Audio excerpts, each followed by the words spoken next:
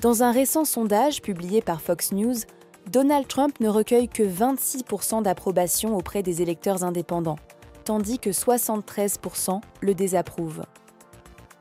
Il semble clair que quiconque réfléchit un tant soit peu à ses propos réalise à quel point Trump est dangereux et imprudent, avec probablement de sérieux problèmes cognitifs. Mais cela ne doit pas l'exempter de rendre des comptes. Prenons par exemple sa récente interview pour le magazine Time, dont seule une transcription écrite est disponible, pas d'audio ni de vidéo. Heureusement, on est épargné d'entendre sa voix. Ce qu'il y raconte est tout simplement délirant, accumulant les mensonges.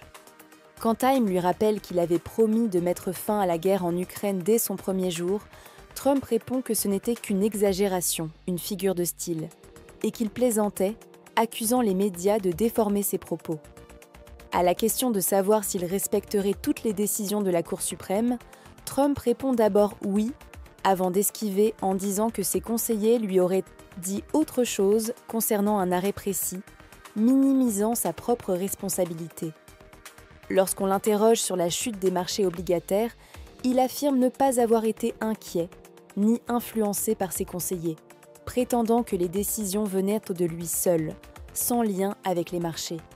Ces réponses deviennent confuses, incohérentes, voire complètement déconnectées.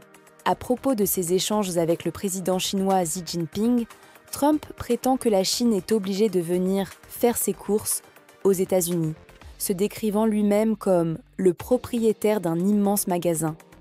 Il invente aussi des chiffres absurdes concernant le commerce international, affirmant avoir conclu 200 accords avec 193 pays, ce qui est mathématiquement impossible. Concernant les tarifs douaniers, Trump continue à s'enfoncer dans des contradictions. Il annonce des succès commerciaux inexistants et promet des résultats sans jamais donner de détails précis ou concrets.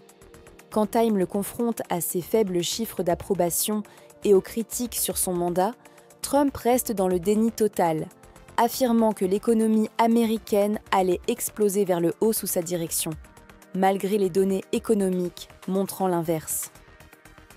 Il invente également des récits sur l'état de l'économie qu'il aurait hérité, déformant complètement la réalité économique sous l'administration précédente.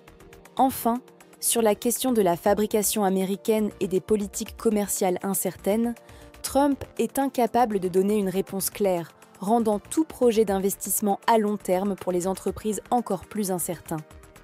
Bref, ce qu'on constate dans cette interview, c'est un enchaînement de mensonges, de contradictions et de fantasmes, qui montrent à quel point Trump agit de manière irresponsable et dangereuse.